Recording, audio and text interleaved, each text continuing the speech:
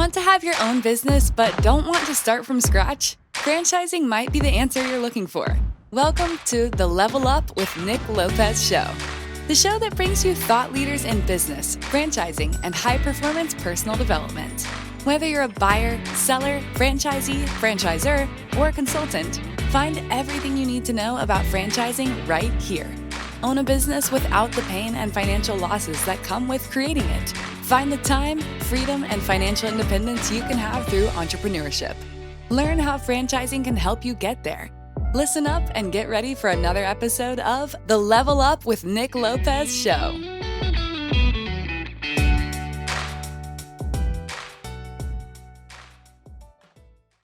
Welcome to the Level Up show with Nick Lopez, where we have the absolute pleasure of learning from thought leaders in business, franchising, and high performance personal development.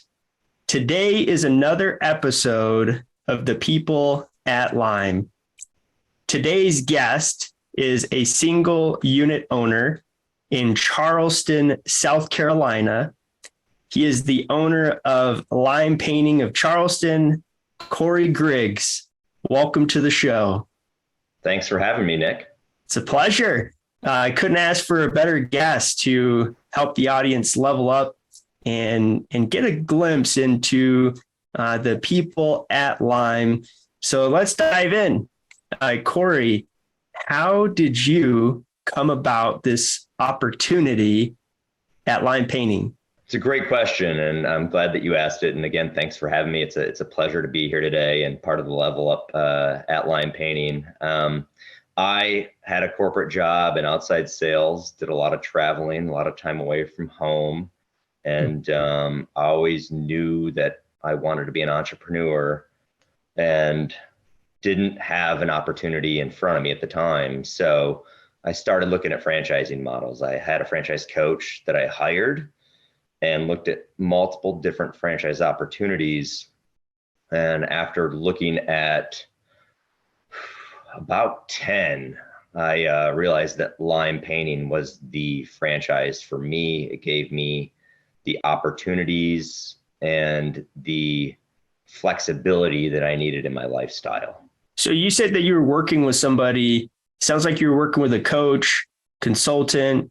What was that process like? You know, you're looking for your next opportunity and you stumble into this world of franchising. I mean, my goodness, not everybody just wakes up and says, hey, I'm going to join the franchise world. And frankly, a lot of folks don't even know what franchising is. And if you do, you probably think, oh, it's quick service restaurants like McDonald's or Burger King or Taco Bell. But the reality is, if it's ethical, makes money, and is profitable, it can be franchised. And that's pretty much anything, such as a painting company, a plumbing company, whatever it might be. And so it sounds like you worked with a consultant that helped you navigate this world. There's about 4,000 different brands, different opportunities in the franchise world. What was that process like? I actually went through 3 different coaches. And the first 2 did not accommodate my needs and what I was looking for.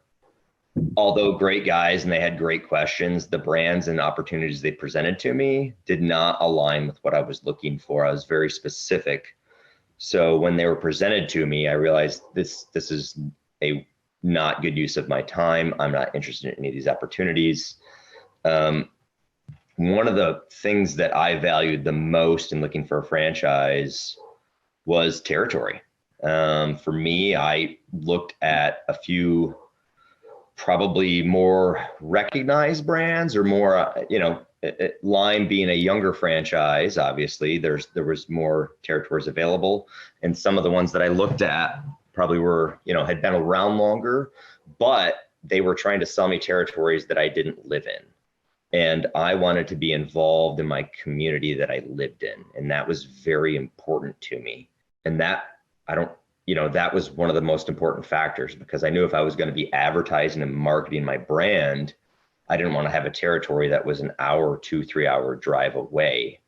where I'd be commuting to a territory and taking that time away from my family. That kind of defeated the purpose. So the first two coaches, that's kind of what they presented to me. Those things didn't align, or other things didn't align, like you had mentioned. The questions that they had were very helpful, and they took time to look at what I was looking for and understand. But some of these things still didn't align. Like, I didn't want a restaurant model. Nights and weekends for me were off limits because family comes first in my life. Brick and mortar, I did not want a storefront. I felt like I didn't need one. That's just a huge added expense. That was something that I didn't value and didn't want. I wanted a turnkey model, one where I didn't have to be also on call. And a couple other good opportunities I looked at were water mitigation. Great models, great business models, but on call 24/7. Somebody's pipes burst in the middle of the night, you have to be there. And I thought, maybe that was a breaking point. Maybe it wasn't. One of those brands also was a foreign territory, not right where I lived. Finally, I came across Ron Sacco, and Ron showed me 3 opportunities. He interviewed me well.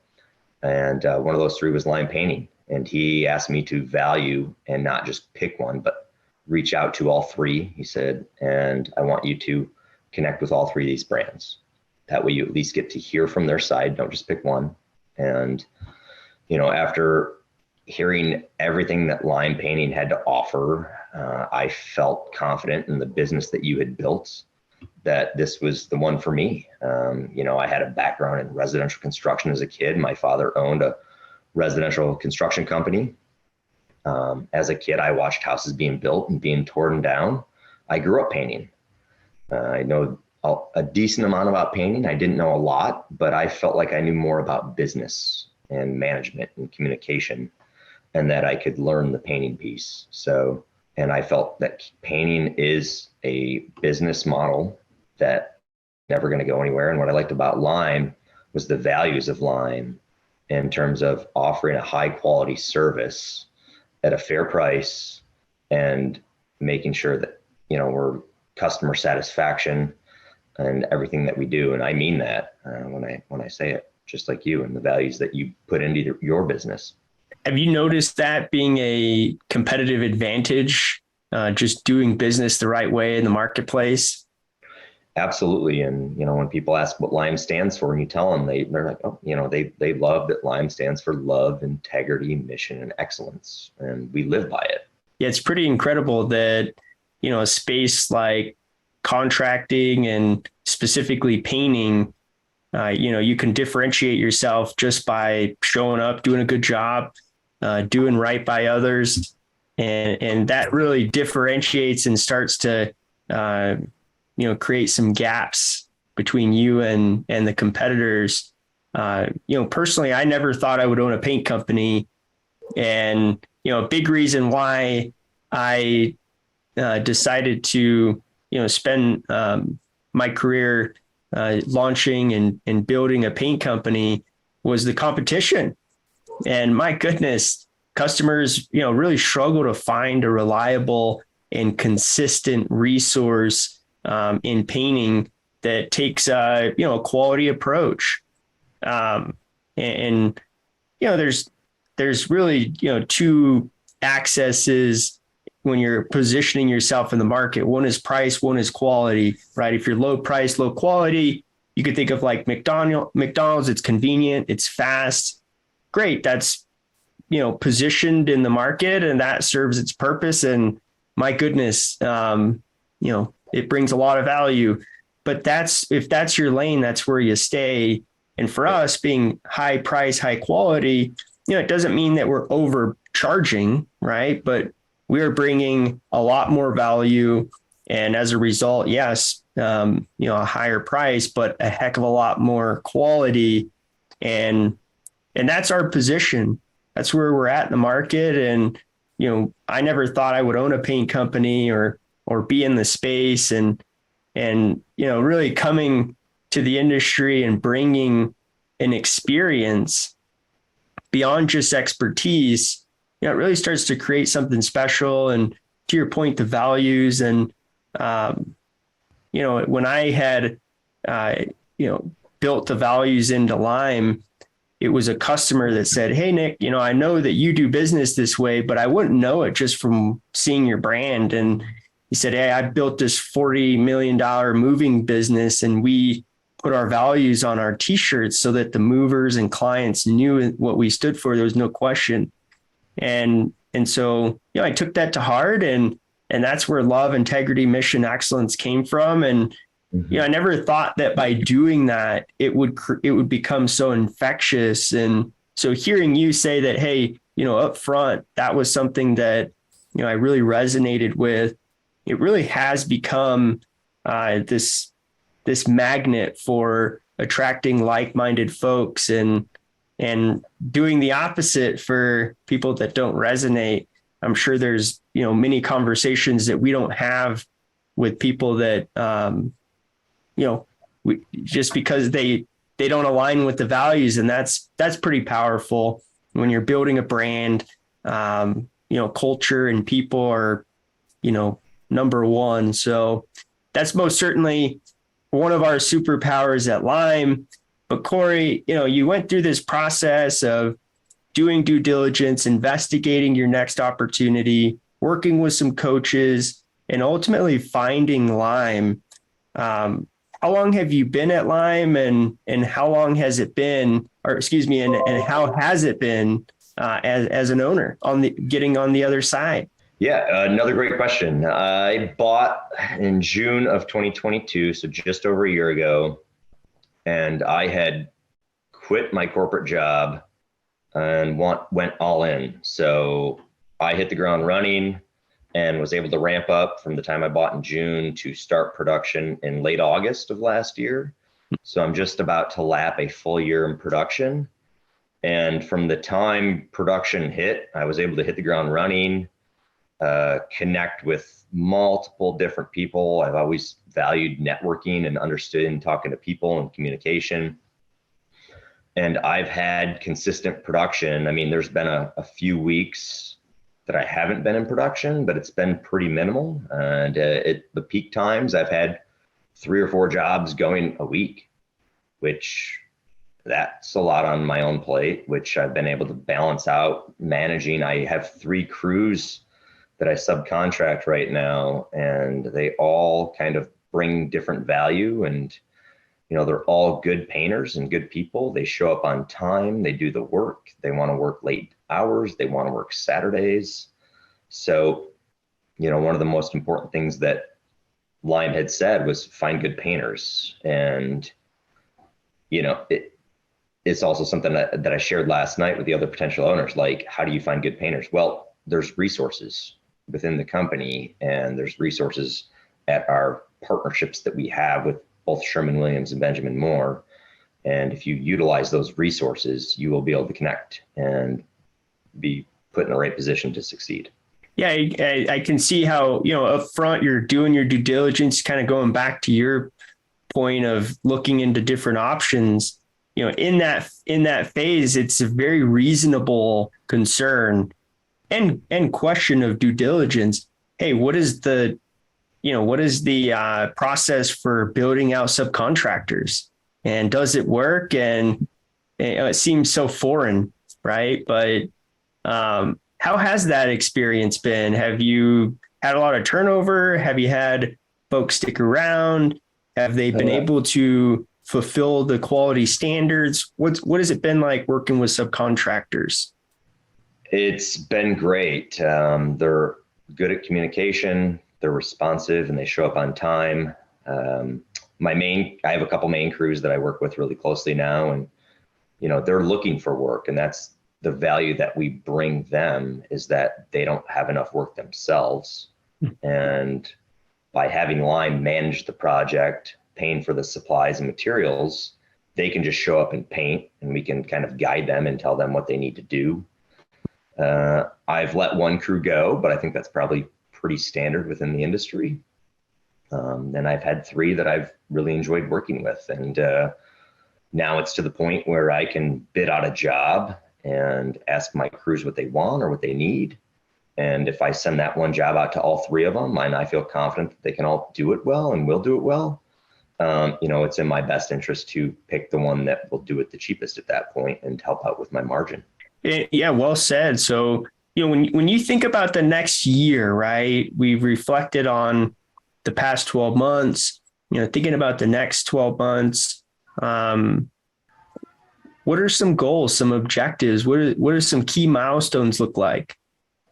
That's a great question. And I'm excited to kind of share that answer with you. And my wife and I are working on our goals right now, as she just started last week. So my thought process is that in my business, I know what I need. It's more leads. And how do we get more leads? For me, it's the success has been door knocking and out canvassing. And that is a role that I'm going to take on more myself and give myself a little bit more of the VRC role. Molly's going to start with a little bit more of production and checking in on the job sites. And also she's going to do our proposals. So that is something that the bid team has been extremely good at and extremely helpful. But I feel like at this point, it's something that would better be fit for my wife to do. And it would help us build our business in a stronger way. And I know there's a couple other husband-wife combos that are co-owners, and I'm looking forward to it and helping my wife grow her business, which helps me grow mine, and her setting her goals and me setting my goals. 2024 goals are not too far around the corner. And with the two of us working at this together, the goal is going to be $1 million. I want to exceed $1 million in my second full year. And, that will be the way that we set the goals will be obviously amount of jobs that we can get, amount of dollars that we need to bid out, and what the average ticket ring is going to be. Because in year one, like anybody, I would settle for a pay or a job below what I would think I would have, just to get that introduction and just to help some contractor out or property manager out in hopes that they call us back when, they need everything done. I think I've power washed for Carolina One. They're a big, Charleston's a vacation destination. There's a lot of property managers here. I've just power washed like 4 houses for them. I'll take the job because there's a little bit of money to be made on it, but it's more building that relationship in hopes that they call me back when these 4,000 or 5,000 square foot houses need to be repainted. So you're going to be more intentional about the jobs that you choose in year 2 than year 1. Year 1, of course, you're happy to take opportunities, build relationships, but year 2, raising that standard, the average ticket. Absolutely. And, I've set all my goals, and I did it by number of jobs, dollar amount, and then dollar sales, and then also my income. And when I look at my P&L the other day, it was like income was above my goal just by a little bit, but the dollar sales were just below, which when you look at it, that's not a bad thing. That means my margins have been stronger than where I generally projected them to be.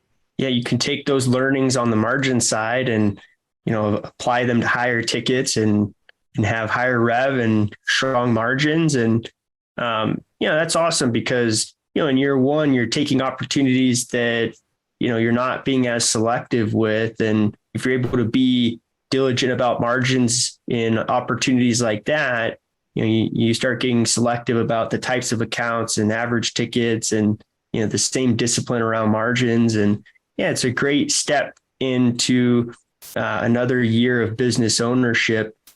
Cory, what do you think in your previous experience and throughout your career, what do you think has translated most to the skill sets that have helped you to be successful here at LIME? Gaining trust of the people that you work with. And I've been told, and I believe it's true in life, that the number one thing in a relationship, both personal and professional, is trust. So I stand by that, and I've gotten in with 3 builders now, but that takes time. I would tell anybody up front, you want to get in with a new builder, and the houses around where I live are $2, $3, $4 million. So in order to get that job, you're probably going to have to discount that thing about 10% in my viewpoint to land that job, because if you want them to hire you, you're gonna have to probably provide them with a discount price, as opposed, because they probably have an established painter, and a lot of them do.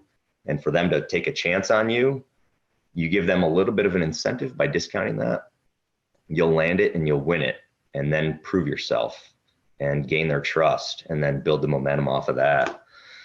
We are finishing up a new build right now, the one that you were at here in Charleston, and they are there today doing the final touches. The stairs, we put a poly on it, and it turned the stain. It looked like a little yellow. Without hesitation, I could tell that the contractor wasn't happy with the way it looked and asked if we could redo it. And I said, Andrew, absolutely. So my crew's there today sanding it down, and then we're going to restain it and repoly the stairs. At the end of the day, it's minimal cost for a relationship that I want a long-term relationship with in this contractor. So I didn't have to think twice about what we needed to do to restain some stairs and resand them, and pay a little bit extra to my crew. And I take the fault for, wrong product application on there, and the poly that we used, I won't use again. Yeah. Going off of some of the talking points around values and how we do business and the experience and how that separates us in the marketplace. I mean, to your point exactly here, trust is powerful, and it happens to be a scarce commodity in contracting. Being able to do what you say and be relationally focused, and an individual that embodies a certain way of doing business creates a lot of trust in the marketplace, in a marketplace that doesn't see that so often. It's pretty powerful that, just focusing on how we do business. Of course, we need to have the expertise and be able to deliver, but,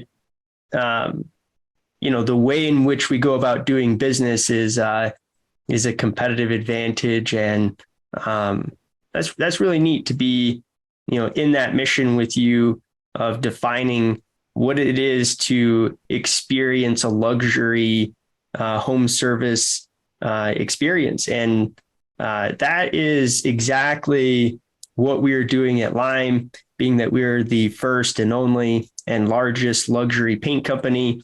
There were some folks, some brands that came in and standardized painting and really proved out that nationally you could standardize the service. Obviously there's not a lot of barriers to entry. You have a truck and a paintbrush, you're a painter. And so, being able to give that standardized national option, we were able to look at brands that had done that in the space, but really carve out our niche. And, now we're in the pursuit as we come up on the century mark of locations awarded. We're really defining nationally for consumers what it means to have a luxury home service experience. That's pretty neat. So Cory, you've been in the business for a year. You're projecting your next year. Obviously, you're starting to grow your team, starting to become a husband-wife duo. I'm sure eventually you'll start building your team in addition and continuing to work on your business, working out of your business, more of that empire mindset, but taking the approach of really rolling up your sleeves and mastering what makes the business click, what creates success. And, once you're a master of that, clearly you will be very effective in being able to teach and scale beyond yourself, because you know what needs to be replicated and you can proactively coach against that. But, I wanted to ask you, with all that being said, how has LIME developed you into the person that how has LIME helped contribute to developing you into the person that you are today? Another great question. What I like about LIME, and wholeheartedly mean this, is the family. We're all working in this to grow the brand. And the more that each one of us owners can build up our territory, it helps Lime grow. It helps you. So we all want to win together. We all are a team. I network with other owners a lot. I talk to 2 or 3 owners a week, and I just try to utilize my resources and talk to different ones. Also, the home office has been great. The bid support team and the Charleston support that I have has been truly great. I mean, everybody's so responsive. Also, our marketing team and, our national success coach and all these different resources that we have to help when we have questions. I mean, we can reach out on the owner wall or the Lime wall within Slack, and we always get responses from each other because we're all here to help each other. Yeah, again, it's the people, right? The culture. That's really what's going to create the success of any organization. And yeah, I would echo that, Cory. There's a genuine sense of partnership and in growing the brand equity at Lime and sharing that mission together on a local level, on a national level. That's the beautiful part of franchising, right? We're in business for ourselves, but not by ourselves. And that two-way partnership of, as a franchise owner, going deep in the market, right? Acquiring more market share, generating more revenue, that ultimately grows the brand locally. And if nationally we can replicate that as much as possible, by going wide, clearly we are becoming more and more of a household name and defining our niche in the market, and ultimately leaving Lime in the thoughts of consumers when they think about a quality paint job, coatings job. And, that's commercially, residential, both sides of the space there. But what do you think has been the most rewarding part of being at Lime? Great question. For me, it's just the most rewarding thing for me in all of this was becoming a business owner and controlling my own destiny, but having all the support behind me that I needed. I knew that I needed to be in charge of my own brand and do my own thing as an entrepreneur. I never really wanted to answer to the man. And I think that's the attitude of a true entrepreneur, is that whether you want to call it arrogance or anything else, and maybe it partially is that I have, it was, I need to be in charge of my own destiny and my own financial future. But I don't have any ideas. And that's where the ideas come in of franchising. And as I was taught, franchising is a model that works. And the 3 things that they told me, number 1 was to follow the system. Number 2 was to follow the system. And the 3rd one's a shocker: follow the system. So that was exactly what they said to do. And I told the other guys last night, you want to succeed in this business, do it exactly the way that Nick Lopez and Lime has done it, because it works if you work it. And that's the key thing. You have to work it. Be involved in this business and it will work. But don't try to reinvent the wheel. We have a system in place for a reason, and follow that system. Do what you're told to do. If you venture too far from that, you might run into headaches, you might run into success, but be creative in your own way too. Follow the model, follow the system, and don't deviate from it. Follow the model. Really, that's what you're investing in a franchise, that proven system. Cory, along those thoughts there, what else would you provide to somebody in terms of a cheat sheet to be successful as a franchise owner and as a franchise owner at Lime? Be resourceful. Reach out to multiple people within the organization. Network. Don't be afraid to talk to people. There's so many times when you're in an opportunity, and don't let those opportunities pass you by, because I was at a neighborhood barbecue one time, and I knew the guy was a contractor, had never met him, lived in our neighborhood. And I went up and introduced myself to him and told him what I was doing. and I've now done 2 jobs with him. And he has I bid out 4 other jobs for him in the last 2 months. And we've established and built a good relationship, a trustful relationship at this point. I feel strongly to say that we'll be working more in the future together. And he does custom high-end houses in the marketplace. Well said, right? I mean, just these basic things that are not rocket science that create success. Cory, what do you think is, thinking back on this journey, past 12 months, what has been a memory that really stands out to you? One of your favorite memories? Probably having you here. That was a pretty cool experience, and having Yanni come here and do the videography of Charleston. I mean, that goes back to the family and the willingness to help and the support that we have. And I really mean that. Like, it was exciting to have you here and see Charleston, see what I've done, and help build on that momentum. And Yanni did such a good job of creating the videos of the houses that we've done here, and how we've restored these beautiful homes. I equally had a great time. Yanni always has a way of just making it so cinematic, right? He's from Greece, and every time I think of Yanni, I can hear his Greek accent, and he really is an artist. And we can kind of stumble around and stumble through our words and everything else, and he just makes it come together and does a great job. Yes. But yeah, that was great. So being able to come out and help capture some footage and create a promotional video for the brand and for you in the local market.